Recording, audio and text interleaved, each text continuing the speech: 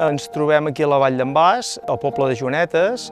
Això és una explotació familiar agrària que ve des d'origen familiar, des del meu avi que va comprar l'explotació l'any 1940 fins al dia d'avui. I aquí és el Mas La Coromina, l'empresa que ens dediquem a la producció de llet. Estem elaborant producte làctic i nosaltres tenim una producció pròpia.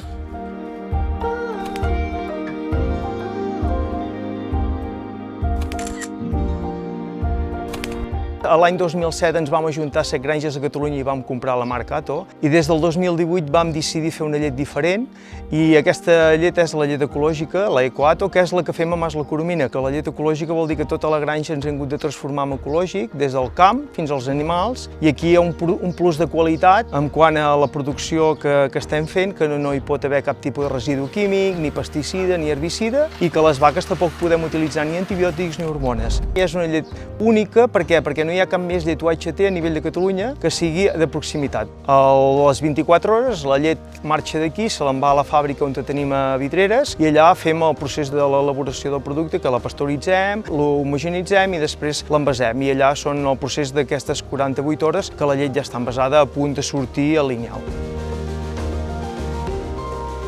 Nosaltres sempre hem apostat per tenir tot el farratge propi de la pròpia explotació i tota la matèria orgànica que generen els animals és la matèria orgànica de la planta. I la vocació una mica ha estat a través de petit, que ja tens la vocació de viure del sector primari de pagès, que t'agraden els animals, t'agrada la terra, per això és una mica la vocació que tenim i el que portem a dintre.